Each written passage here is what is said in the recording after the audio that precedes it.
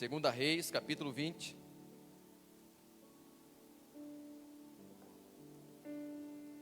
Do verso 1 ao 6.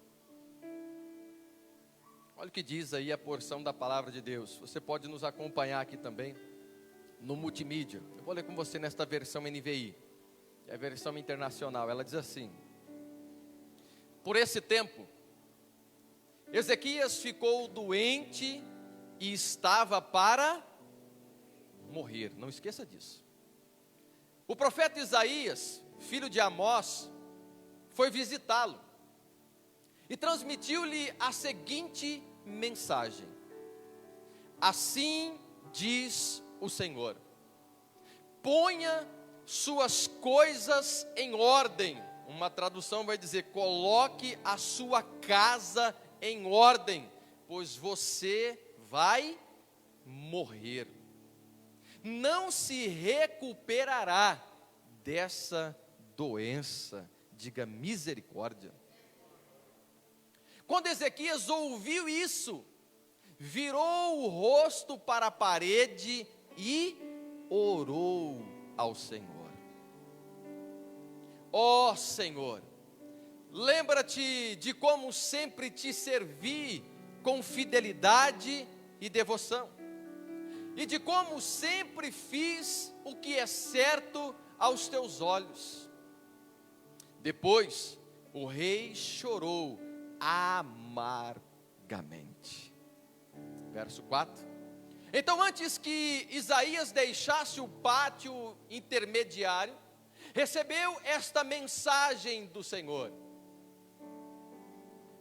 volte a Ezequias, líder de meu povo, e diga-lhe: assim diz o Senhor. Mudou a mensagem.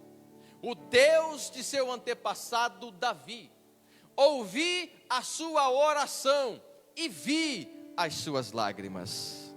Há poder na oração, sim ou não? O texto vai responder: vou curá-lo, e daqui a 3 dias, você sairá da cama e irá ao templo do Senhor.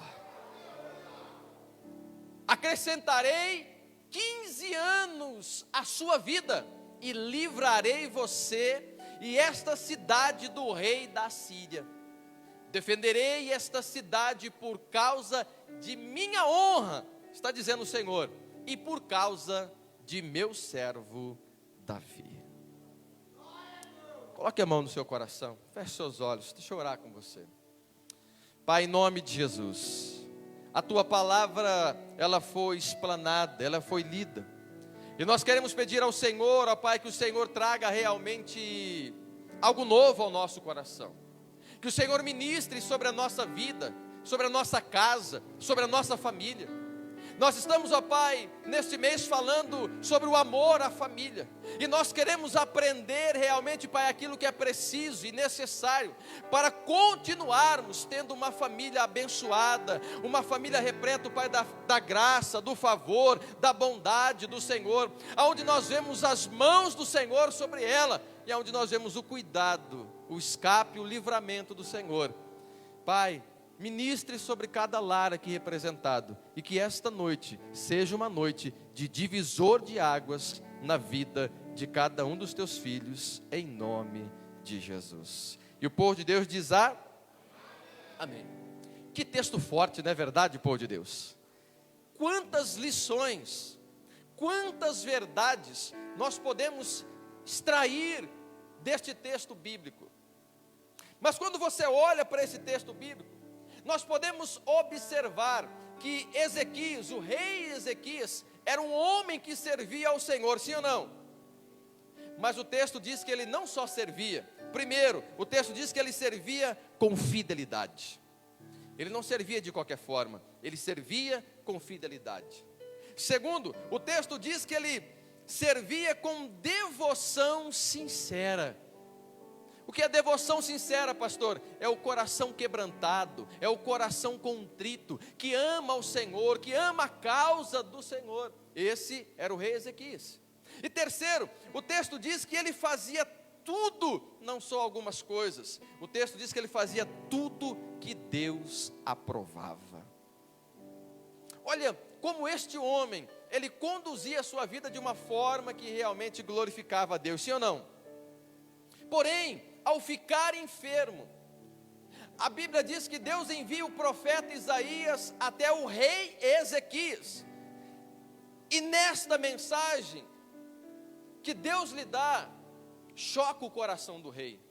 Porque a mensagem era: coloca a sua casa em ordem, porque você vai morrer e você não vai ser curado desta enfermidade.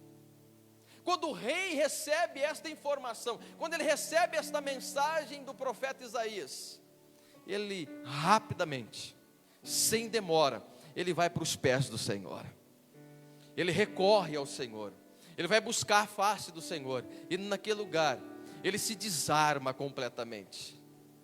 Qual é a prova disso, pastor? Porque a Bíblia diz que ele chora amargamente, ou seja, arrependido, quebrantado diante do Senhor. E a oração, ela é tão poderosa, ela tanto move os céus, quebra barreiras, grilhões, que antes que o profeta Isaías saísse do pátio, a Bíblia diz que Deus fala novamente aos ouvidos de Isaías, e diz para Isaías: volta lá, e fala com o líder do meu povo, que eu ouvi a sua oração e vi suas lágrimas, e vou lhe dar mais 15 anos de vida. Uau. Olha para o irmão que está do seu lado e diga assim: meu irmão, está na hora de nós crermos mais no poder da oração. Agora, diante de tudo isso que aconteceu com Ezequias, o que nós podemos tirar de lição para a nossa vida e principalmente para a nossa família? Eu gostaria de pensar com você sobre isso hoje e trazer aqui alguns apontamentos do céu. Amém? Vamos lá? Bom, a primeira coisa que eu gostaria que você fizesse agora é desenhar aí na sua mente, na sua memória, uma casa. Desenha aí na sua mente agora uma casa. Como que ela seria? A casa, ali a porta, como seria a janela. Comece a desenhar aí na sua mente esta casa, o telhado. Talvez alguns vai colocar uma chaminézinha. Como que vai ser essa casa aí? Coloque para mim aqui, Giovana. Será que você desenhou esta casa mais ou menos assim? Quantos desenhou essa casa mais ou menos assim? Né? A mulher é a que fez aquela florzinha ali, pintou de rosa. É o detalhezinho da mulher. Talvez você, ao desenhar a sua casa, você fez ela desta forma. Porém, um arquiteto, ao desenhar uma casa, ele não vê ela desta forma. A primeira coisa que um arquiteto faz ao desenhar uma casa é olhar para ela de cima para baixo. Uma outra coisa que o arquiteto faz ao desenhar uma casa é olhar para ela não de fora, não de dentro, não de fora para dentro, mas de dentro para fora. O arquiteto desenha ela de dentro para fora, nos mínimos detalhes. Por exemplo, igual essa imagem aqui, ali, O arquiteto desenha a casa desta forma. Nós desenhamos, a grande maioria, eu também, daquela primeira forma. Mas um arquiteto não, ele desenha assim. Ele olha para ela de cima para baixo. E então ele vai colocando os mínimos detalhes, onde vai ficar a cama, o sofá, a TV. E isso já está embutido, a parte hidráulica, a parte elétrica. E assim ele vai constituindo a casa de dentro para... Pastor, obrigado, Giovana. O que você quer dizer com tudo isso? Escute bem, que está na hora de nós olharmos melhor para dentro da nossa casa e observar o que realmente precisa ser colocado em ordem nos mínimos detalhes, assim como faz um arquiteto. Olhe para o irmão que está ao seu lado e diga assim: meu irmão, o que você precisa colocar em ordem na sua casa? Olhe para mim. Se nós não atentarmos para isso, aquilo que pode parecer um simples trincado na parede hoje, talvez lá na sua casa, tem lá aquele trincadinho assim, que você não dá nada para ele. Não, pastor, é um trincadinho de nada. Pois é, aí você vai deixando ele lá, você não conserta. Vai se passando o tempo, vai se mudando estação, se muda tempo. E como nós já sabemos, se você não consertar, aquela pequena rachadura, ela vai aumentando, ela vai aumentando, ela vai aumentando, até que ela toma conta de toda a parede, e ela pode inclusive derrubar toda a parede, inclusive a casa. Logo diante disso, eu quero falar com você hoje sobre 4 fundamentos para colocar a sua casa em ordem. 4 fundamentos para colocar a sua casa em ordem. Se você está precisando colocar a sua casa em ordem, em algum requisito, eu quero te dar 4 apontamentos aqui, para que você possa realmente nesta noite, ter uma direção e um discernimento, daquilo que talvez esteja acontecendo lá, que você não está dando atenção, e que pode estar levando você a um caminho, a qual o rei Ezequias trilhou, infelizmente. A mensagem que eu tenho para trazer ao seu coração hoje é uma mensagem pastoral. Pastor, o que é uma mensagem pastoral? É uma mensagem de ensino, é uma mensagem de conselho. Não é uma mensagem que eu vou arrancar de você, glória a Deus, aleluia. Não é uma mensagem onde nós vamos gerar aqui um fogo santo. Não, é uma mensagem pastoral. É uma mensagem de aconselhamento, de direcionamento para a sua vida e para a sua casa, para que você realmente construa a sua casa em um ambiente saudável, feliz e abençoado diante do Senhor. Olha para o irmão que está ao seu lado e diga assim: você está pronto, meu irmão? Então vamos lá. O rei Ezequias servia ao Senhor, e como nós vimos, muito bem, se diga-se de passagem. Porém, ele precisava colocar algumas coisas em ordem na sua casa. O rei Ezequias precisava colocar algumas coisas no trilho na sua família. E você mesmo servindo ao Senhor, olhando agora para a sua casa, até aqui, o que você já tem de direcionamento que você precisa colocar em ordem lá? Bom, o primeiro fundamento que nós precisamos colocar em ordem na nossa casa, até porque nós não sabemos até que dia nós vamos ficar nessa terra. Sabemos, sim ou não? Não. Então o primeiro fundamento que nós precisamos colocar em ordem na nossa casa, na nossa família, diga, é a vida. Não, mais forte, meia dúzia falou, diga, é a vida espiritual. A primeira coisa que você precisa colocar em ordem na sua casa é a vida espiritual. Olha o que diz Tiago 4,8. Aproximem-se de Deus, e Ele se aproximará de vocês. Olha que coisa linda. Pecadores, limpem as mãos, e vocês que têm a mente dividida, purifiquem o coração. Queridos, quando nós e a nossa casa nos aproximamos de Deus, naturalmente Deus se aproxima de nós. Quando você leva a sua casa a ter uma vida pautada na palavra de Deus e em Deus, naturalmente as coisas de Deus, as bênçãos do reino de Deus, elas te perseguirão. Não é você que vai perseguir a bênção, querido, é a bênção que vai perseguir você. Você já teve algum testemunho de algo que você não estava nem esperando, o negócio foi lá e bateu na porta da sua casa? Fala assim, mas para mim esse negócio é para você. Por quê? É quando você está conduzindo a sua vida e a sua família no centro da vontade de Deus. Mas infelizmente, muitos têm deixado a sua vida e a sua família entrar num ativismo e numa rotina diária, deixando assim a vida espiritual de lado, ou até mesmo por último lugar. Se der, nós vamos no culto hoje. Se der, nós vamos para a semana de oração. Se der, nós vamos ler a Bíblia. Deus vai ficando sempre em segundo, em terceiro ou até em último plano. Por quê? Porque está tão voltado para o ativismo, para as coisas do dia a dia, para o ter e obter, que vai deixando as coisas espirituais de lado. Queridos, não sejam negligentes na vida espiritual. Por quê, pastor? Porque esta conta pode ser alta demais, e a sua família pode não aguentar o preço dela. Logo, não leve a sua vida e a sua família a orar só pedindo, mas leve ela também a olhar para si mesmo e a ver o que precisa ser colocado em ordem. Cônjuge, filho, filha, o que nós precisamos colocar em ordem aqui? O que você precisa colocar em ordem? Vamos abrir o coração um para o outro. Vamos alinhar isso aqui.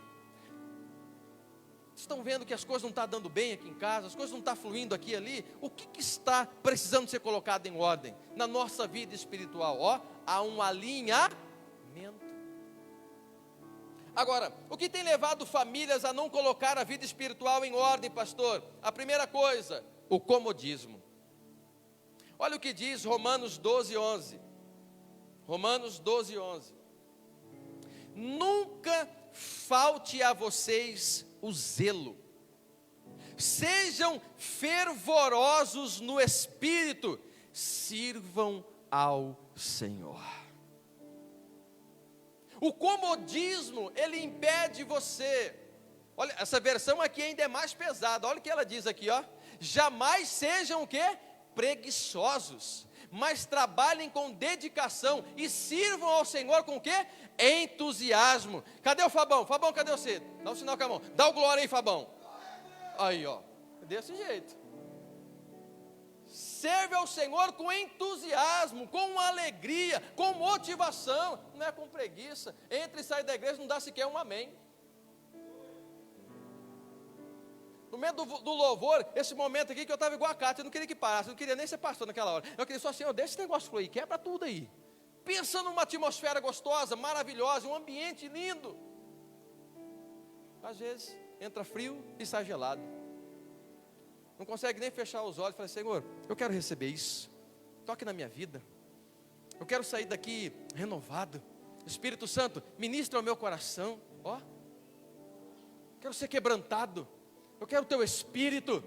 Senhor, você está ligado da família, do cônjuge.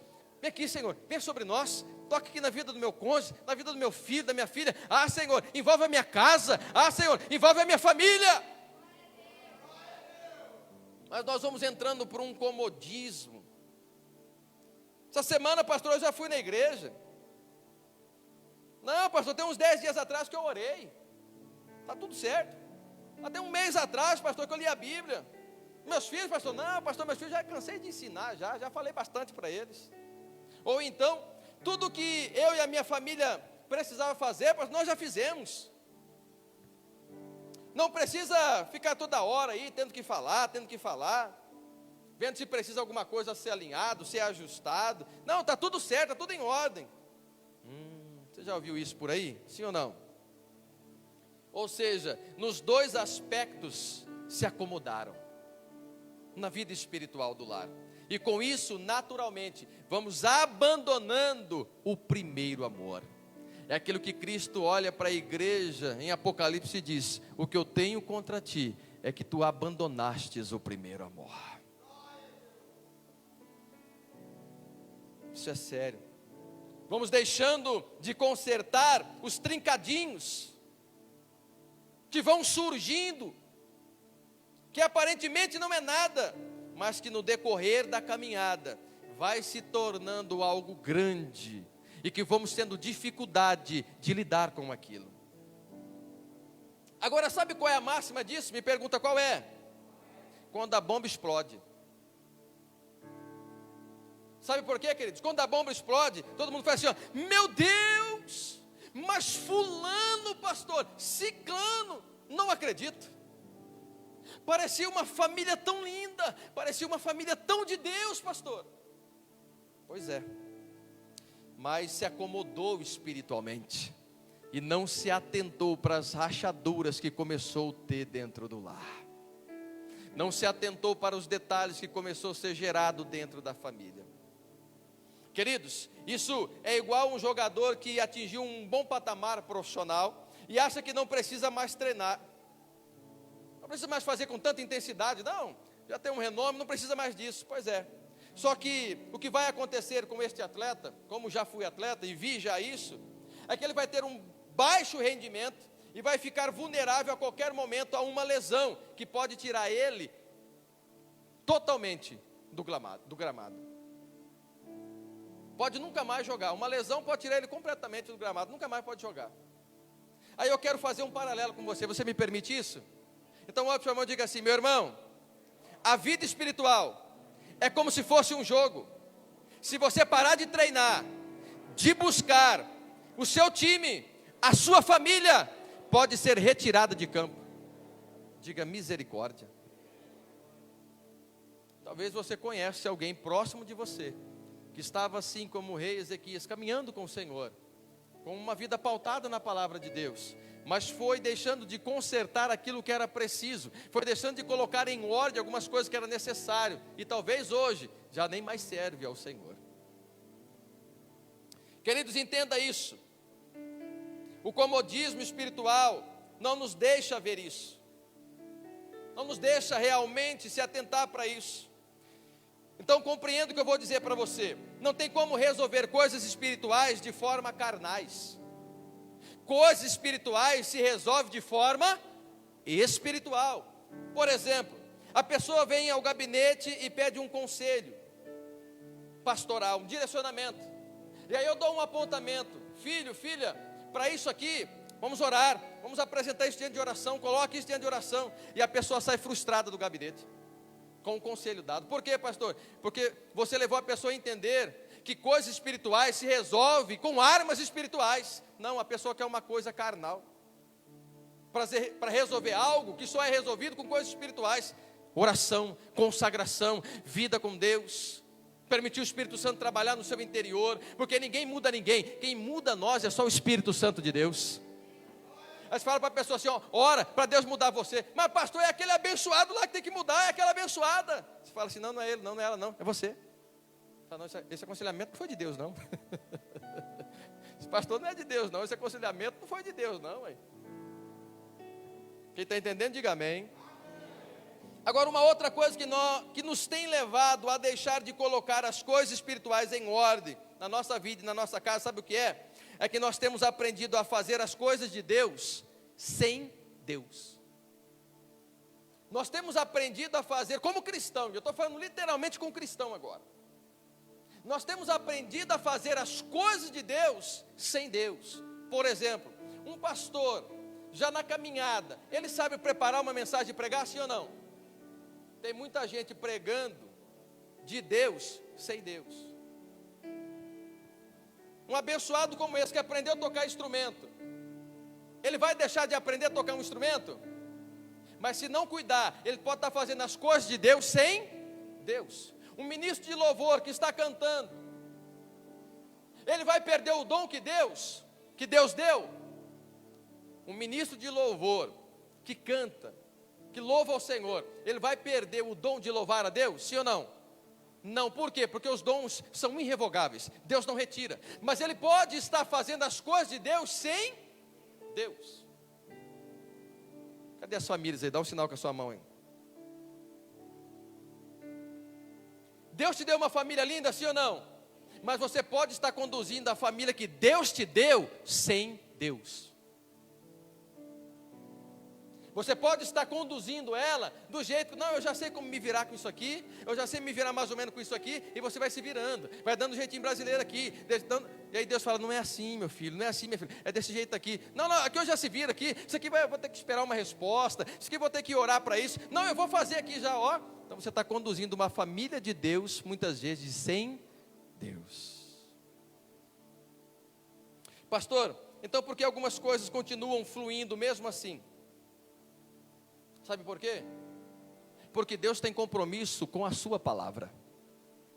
Por isso que nós temos que, queridos, saber realmente quem ministra sobre a nossa vida. Porque tem muita gente falando de Deus, mas que já está sem uma vida com Deus.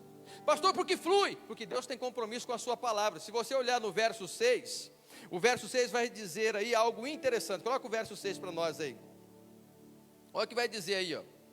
Você vai ver que Deus tem compromisso com a sua palavra. O 2 Reis, capítulo 20, verso 6, filho. Coloca para mim aqui, ó. Você vai entender. Porque que muitas vezes parece que é de Deus, mas não é. Olha lá, ó. Parte B. Defenderei esta cidade por causa de quem? Da minha. Deus honra a sua palavra. Em primeiro lugar, ele está falando para Ezequias, não vou fazer isso por causa de você. Você deixou de muitas coisas colocar em ordem na sua casa, mas eu vou fazer isso por causa da minha honra. Olha para o irmão que está do seu lado e diga assim, cuidado, para não fazer as coisas de Deus sem Deus. Agora, qual a outra coisa que tem levado muitas famílias a não colocar a vida espiritual em ordem? Diga assim: as emoções. As emoções têm levado muitas famílias a não colocar muitas coisas dentro de casa em ordem. Olha o que diz Jeremias 17:9. Jeremias 17:9. Enganoso é o coração, mais do que todas as coisas. E a parte C, quem o conhecerá? Quem o conhecerá? O coração, as emoções, elas nos enganam. Não seja traído pelas suas emoções. Não seja traída pelos seus sentimentos. Tenha inteligência emocional. Tenha um equilíbrio emocional. Não permita as emoções te roubar de você mesmo. Antes de você ser um ser espiritual, ser um ser emocional, você é um ser espiritual. Aquele que é do alto busca as coisas do alto. As emoções têm roubado muitas famílias de si mesmas. E isso, na verdade, tem as colocado em uma desordem total. Então, deixa eu te fazer uma pergunta. Olhe para mim, igreja. Aonde você tem sofrido emocionalmente dentro da sua casa? Aonde você tem sofrido emocionalmente? Eu não estou falando fora de casa, no trabalho, na sociedade. Eu estou falando dentro de casa. Porque muitos estão sofrendo emocionalmente dentro de casa.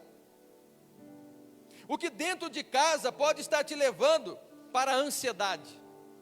O que dentro de casa pode não estar em ordem, que está levando você para a síndrome do pânico, para uma depressão, para um estresse exagerado.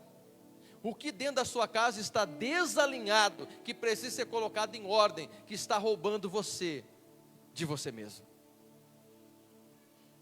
Você está sofrendo ofensas emocionais dentro de casa?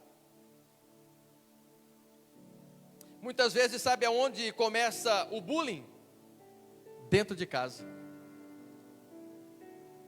Se é isso, se é aquilo outro, seu fulano é isso, seu fulano, às vezes, você já prestou atenção que os apelidos começam dentro da família? Quem já prestou atenção nisso? Você já tinha parado para pensar nisso? Começa dentro da família. Não, porque o fulano começou a chamar assim, porque o ciclano começou, aí pegou o negócio. E aí hoje nós falamos que é um bullying. E talvez você nem saiba, mas talvez aquela pessoa sofreu anos emocionalmente dentro de casa por causa daquilo. Talvez tenha alguém aqui com essa experiência.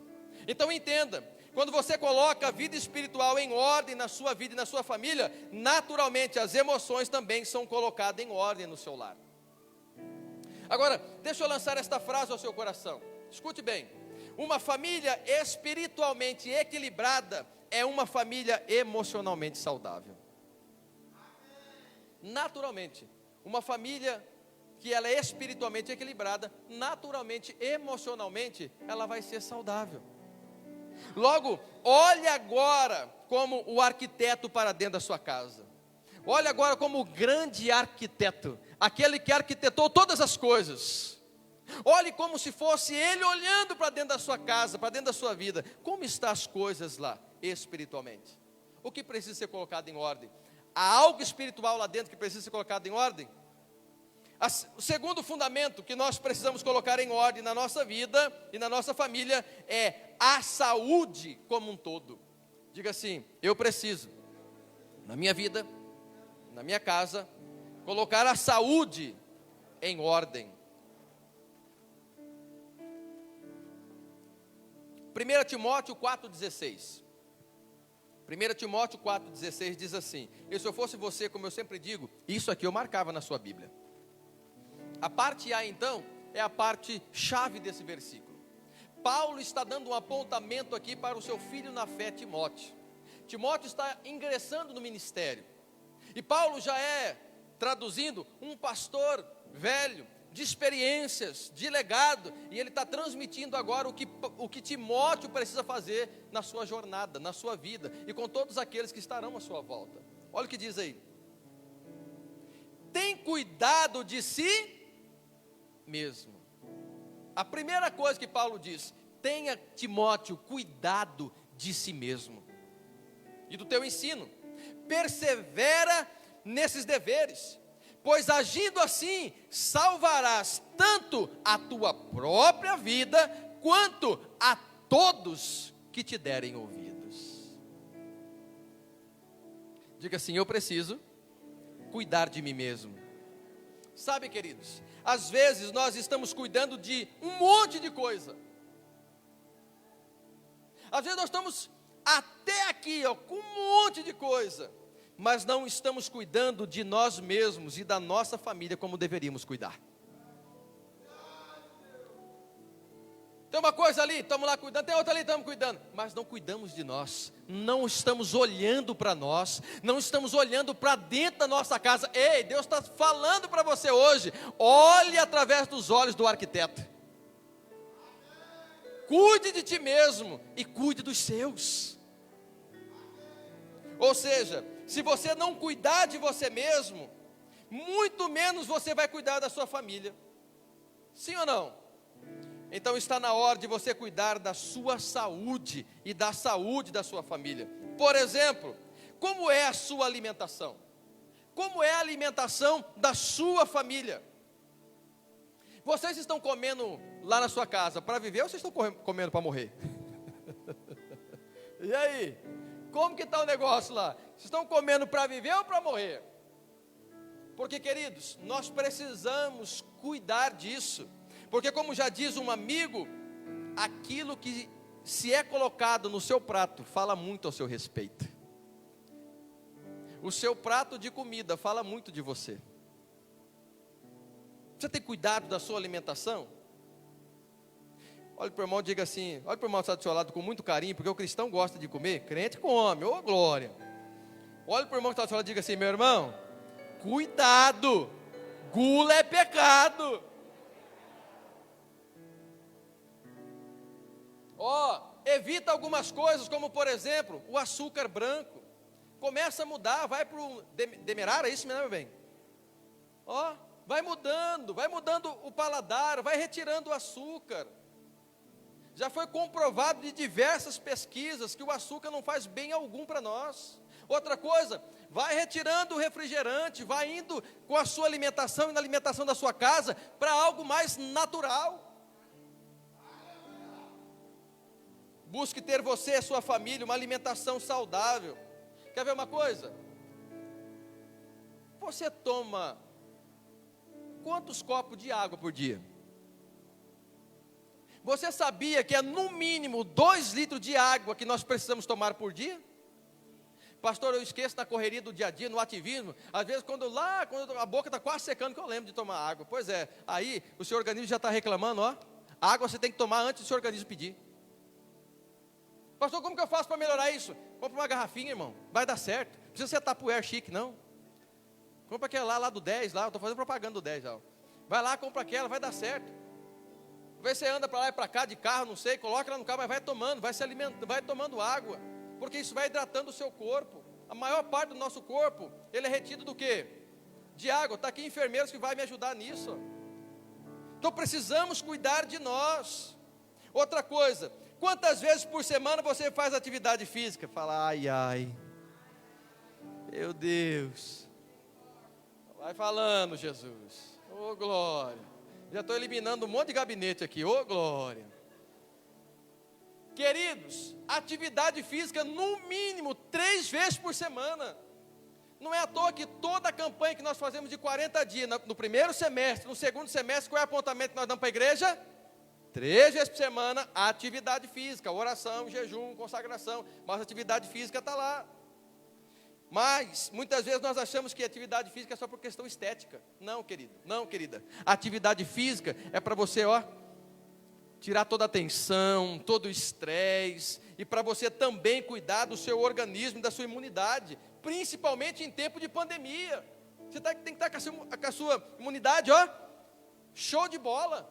Senão qualquer coisa, queridos, você vai passar por uma situação que não precisava. Por quê? Porque você não está cuidando da sua saúde. Então fuja do sedentarismo.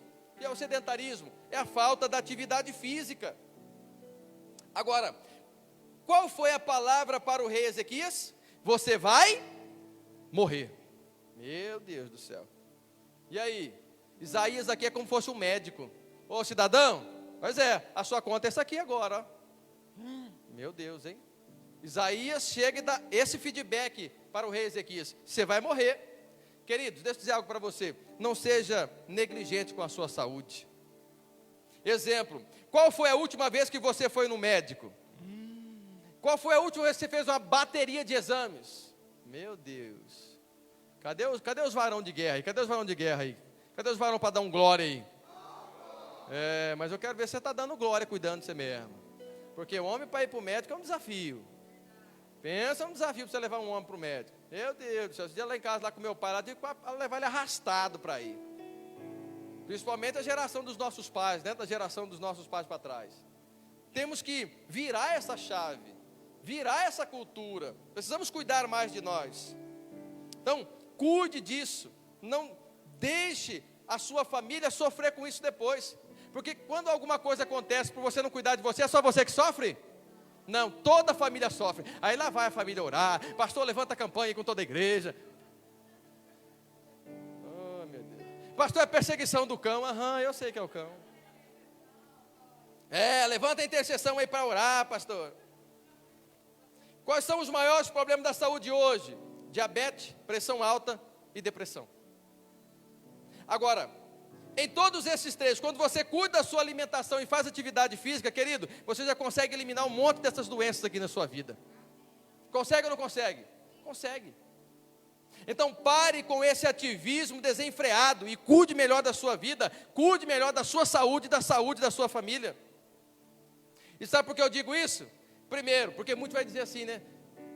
Aí está lá. Come 3 baguncinhas, abençoado, você não podia comer só um e meio, não, come 3, ele está lá ruim, passando mal, aí liga para o pastor: pastor, ora, é demônio esse negócio, é o demônio do baguncinho que você comeu lá, eu quero só para você comer um, abençoado.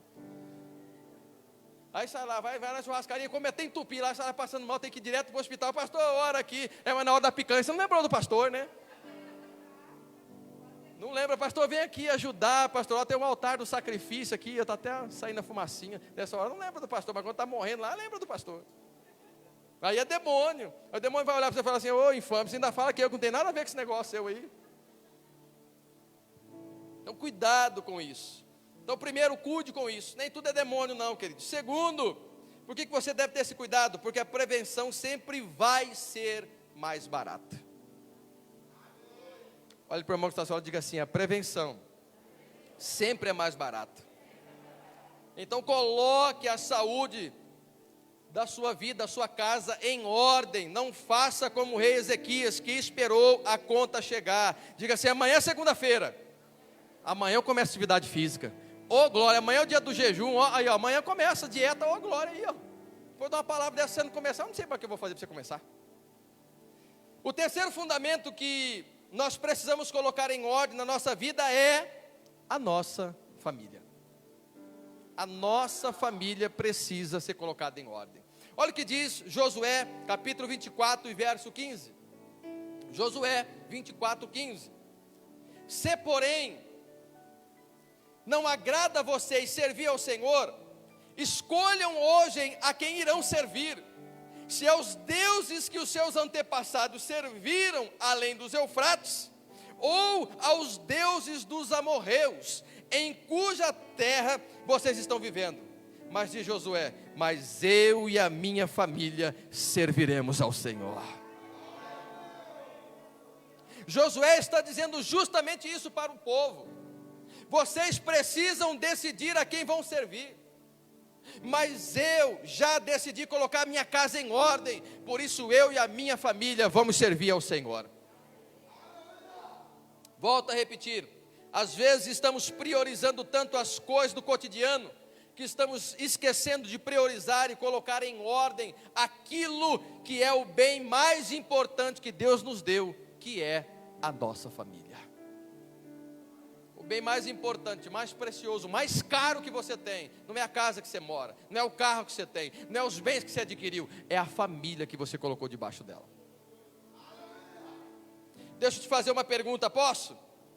Está leve aí ou está pancada aí? Está na benção? Então eu vou continuar. Escute, o que talvez você tenha adorado como um Deus na sua vida, que pode estar tomando o lugar do Senhor e da sua família? É o trabalho? É o comodismo? É o dinheiro? É o status? É a vaidade? É o orgulho?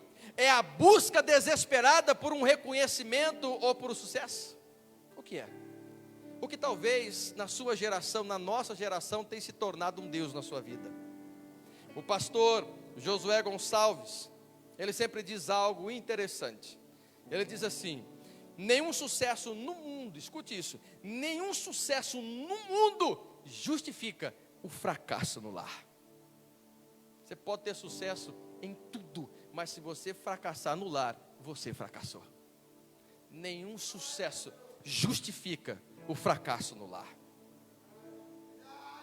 Que assim como Josué, o maior sucesso da sua vida seja você e a sua família servindo ao Senhor. Amém, povo de Deus?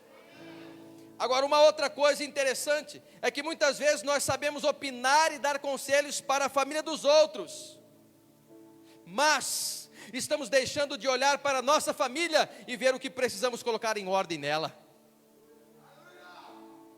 Diga para o irmão que está do seu lado aí, diga para ele, diga, olhe menos para fora e olhe mais para dentro.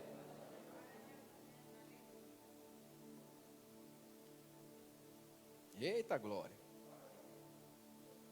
Muitas vezes quando sabemos que do problema de uma família, nós fazemos isso, na hora nós já sabemos, temos a receita pronta. Não, se fulano fazer isso, se ciclano fazer aquilo, ia dar certinho, não ia acontecer isso. Pois é, mas talvez dentro da sua casa está acontecendo a mesma coisa, você não está fazendo nada.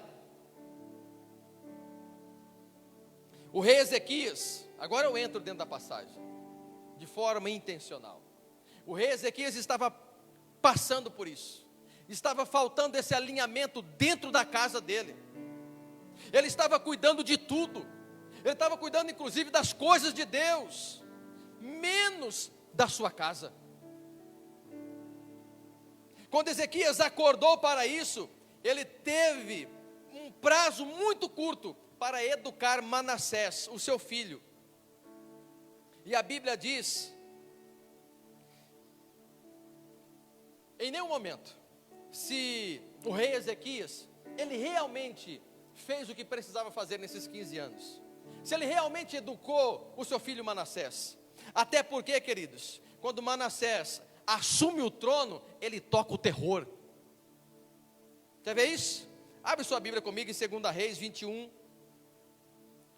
Capítulo 1.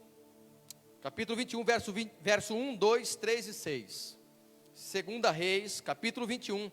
Verso 1, 2, 3 e depois o verso 6. Olha alguém que a Bíblia diz que ele era fiel, que ele servia, que ele era aprovado em tudo que fazia, mas que estava sendo reprovado dentro da sua casa. Sabe por quê? Porque agora o seu filho Manassés com 12 anos assume o trono. Deus deu para ele quantos anos? 15 anos. Ele demorou para acordar, para virar a chave, para colocar a sua casa em ordem. E a Bíblia nem disse que ele fez isso, mas o decorrer da história mostra que talvez ele realmente não fez, que não colocou a sua casa em ordem, porque é o que o seu filho faz. Manassés tinha 12 anos quando começou a reinar, e reinou em Jerusalém por quantos anos? 55 anos. Sua mãe se chamava o que aí? Efsibá, é esse nome abençoado mesmo. Manassés fez o que era mal aos olhos do Senhor, e seguiu as práticas detestáveis das nações que o Senhor havia expulsado diante dos israelitas. Ele fez o que o seu pai fazia? Não. Ezequias colocou a sua casa em ordem? Não. Olha lá, ó. Reconstruiu, olha o que Manassés fez. Reconstruiu os santuários, olha lá, ó, de idolatria. Olha lá, ó, que o seu pai, Ezequias, havia destruído. Ele chegou quebrando tudo, botando terror em tudo mesmo, fazendo totalmente ao contrário da palavra de Deus. E sabe o que é pior? Olha onde Manassés chegou, verso 6. Manassés também sacrificou seu filho no fogo. Você consegue ter a dimensão disso? Manassés teve a capacidade de sacrificar o seu filho para ídolos. Nós precisamos ler mais a Bíblia, amém, povo de Deus? Porque quando nós encontramos umas coisas dessas, nós olhamos para a nossa casa e falamos assim: eu tenho que colocar minha casa em ordem. Que você acorde hoje e coloque a sua casa em ordem, pois inclusive a sua futura geração depende disso. Como assim, pastor, futura geração? Olhe para mim, igreja, não foi só o filho, foi o neto também. Abre aí 2 Reis 21:19. Olha o que o neto também fez. Olha lá, ó.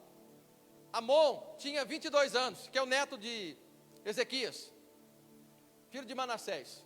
Ele tinha 22 anos quando começou a reinar, e reinou em Jerusalém por 2 anos. Sua mãe se chamava Messulimente, e era filho de Aros, de Jotibá.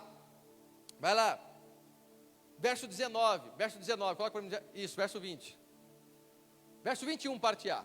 Eu quero 21, parte A, isso, olha lá, ó. Seguiu o exemplo de seu pai Manassés e adorou os mesmos ídolos que ele. 2 gerações depois, do filho e do neto, abandonaram completamente ao Senhor. Manassés foi um dos piores reis do povo de Deus. Por quê, pastor? Porque Ezequias deixou de olhar para a sua casa e colocar ela em ordem. Ei, igreja, família, quem tem ouvidos, ouça o que eu vou dizer. Não deixe para colocar em ordem amanhã aquilo que você precisa colocar em ordem hoje. Agora preste atenção nisso. Efésios 5:33. Portanto, cada um de vocês também amem sua mulher como a você mesmo. Cadê as mulheres para dar um glória a Deus aí? Ihu! Parte B. E a mulher trate o seu marido com todo respeito. Cadê o glória a Deus dos homens aí? Primeira pergunta: você já perguntou ao seu cônjuge se ele ou ela realmente se sente amado ou amada por você? Você já teve a coragem de chegar no seu cônjuge e perguntar para ele, para ela: você se sente amado por mim? O que eu faço, como eu lido em casa com você, como eu coloco as coisas em ordem em casa, você se sente amado, amada?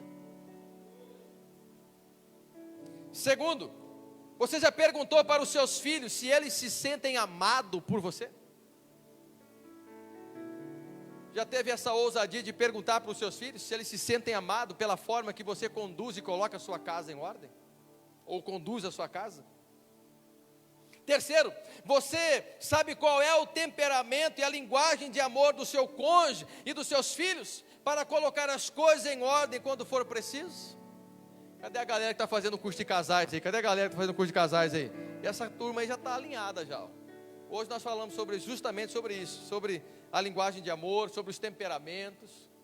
Você sabe qual é a linguagem de amor do seu cônjuge, dos seus filhos? Eu falei hoje de manhã aqui para os casais. Primeira coisa, não queira colocar os seus filhos numa forma, não funciona. Por quê? Porque um tem um temperamento, um tem uma linguagem de amor, o outro é totalmente diferente. Diga glória a Deus por isso, porque Deus nos fez único. Às vezes você quer lidar com um da mesma forma com o outro, mas por que esse aqui não vai desse jeito? Eu faço do mesmo jeito, com esse que deu certo, mas com o outro não dá certo do mesmo jeito. Cada um tem uma personalidade, cada um tem um temperamento, cada um tem uma linguagem de amor. E aí é muitas vezes aqui que nós vamos nos perdendo e vamos deixando de expressar amor na vida do nosso cônjuge e dos nossos filhos. Faz sentido, sim ou não? Que a sua família se sinta amada e uma prioridade na sua vida. Você já tem perguntado isso na sua casa? Se eles se sentem como uma prioridade? Ou se você perguntar, vocês vão dizer assim: não pai, não, mas prioridade é o trabalho, não, prioridade é aquilo lá, é aquele outro negócio, é isso aqui, mas nós somos o último lugar. Queridos, nós precisamos entender algumas coisas, que muitas vezes falta apenas um alinhamento, para que as coisas gerem um bom andamento dentro da nossa casa. Que nós não venhamos cometer o mesmo erro que o rei Ezequias cometeu. Que nós venhamos nos despertar o mais breve possível e alinhar aquilo que precisa ser alinhado, para que esta conta não alcance nem o nosso lar e nem o lar das futuras gerações que Deus nos confiou. Olha para o irmão que está só, diga assim: meu irmão, a nossa casa foi escolhida para marcar gerações. Estou caminhando para o fim. O quarto fundamento que nós precisamos colocar em ordem, e eu termino aqui, na nossa família, é o que, pastor? A vida financeira. A quarta coisa que nós precisamos colocar em ordem na nossa casa, na nossa família, é a vida financeira. Como está as finanças na sua casa? Como que estão as finanças no seu lar? 2 Reis, capítulo 4, verso 1 e 2. Deixa eu te trazer esse apontamento com tanta clareza aqui, que você vai sair daqui hoje abençoado. 2 Reis, capítulo 4, verso 1 e 2. Olha o que diz aí.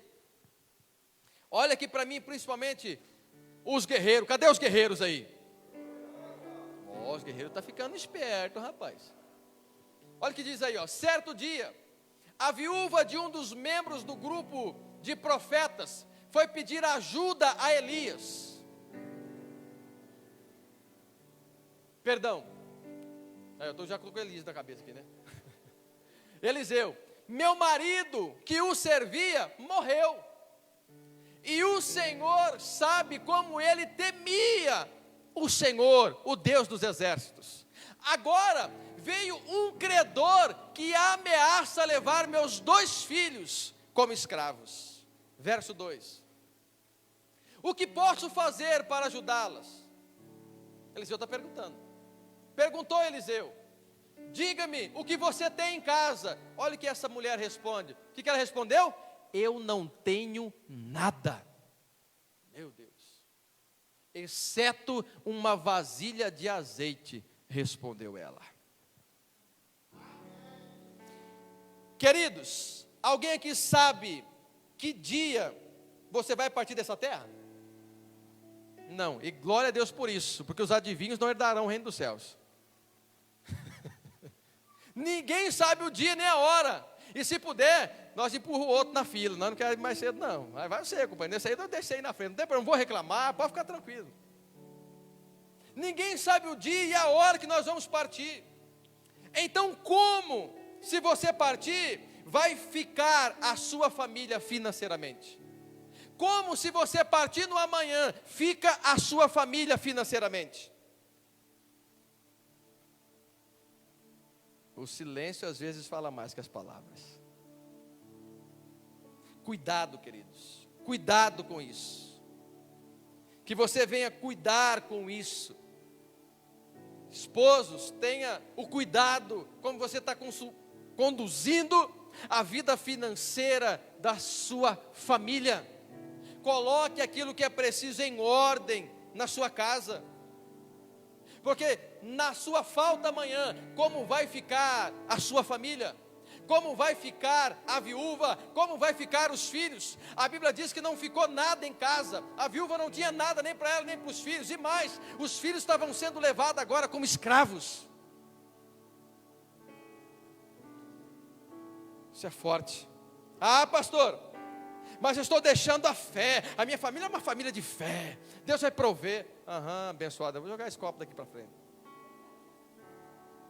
Não confunda as coisas. Não confunda as coisas. Não use uma fé equivocada. Seja organizado. Seja organizada. Reúne lá com o seu cônjuge. Organiza as finanças da sua casa. Porque na falta amanhã de um do outro, não vai ficar como esta viúva aqui, ó, desesperada, sem nem ter o que levar para a mesa. O nosso papel é deixar a nossa família bem encaminhada, porque nós não sabemos o dia e nem a hora, amém, povo de Deus? Quer ver uma coisa? Primeiro, você já tem uma reserva? Eu estou falando em colocar a casa em ordem financeiramente. Então, em primeiro lugar, você fez uma reserva? Se você partir hoje, você tem uma reserva para deixar para os que ficaram? Que eles vão pelo menos conseguir direcionar a família até se realinhar. Segundo, você já tem algum investimento? Você já fez algum investimento que vai poder a sua família ficar respaldada diante disso?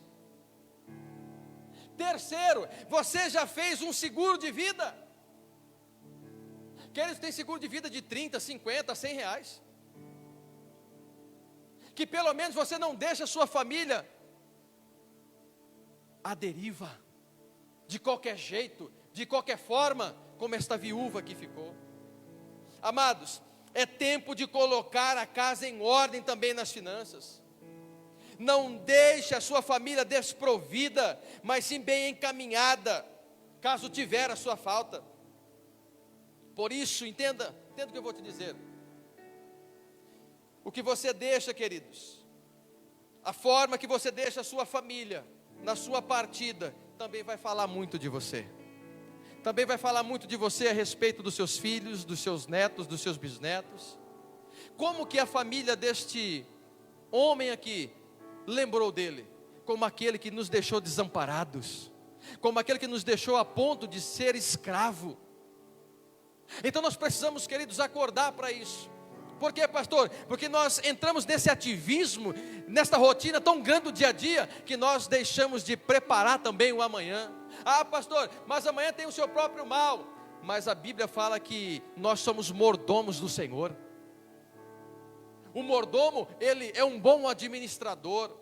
Ele organiza bem as finanças da sua casa. Ele deixa a sua família respaldada para o amanhã. Porque talvez pode não ser a sua falta, mas talvez pode ser uma situação que surge na família. Uma enfermidade, algo que aconteceu, algum tipo de situação. E aí, vai recorrer a quem? Aonde? Nós precisamos entender, queridos, que chegou o tempo de nós colocar em todas as áreas a nossa casa em ordem. Comece que seja com o mínimo, com aquilo que dá para começar, mas faça. Dá no mínimo para começar aqui, que seja aqui com um seguro de vida, então vai lá e faça isso. Que seja um desses de 30 reais, mas vai lá e faz. Não deixe para fazer amanhã aquilo que você pode fazer hoje. Você recebe essa palavra da fé?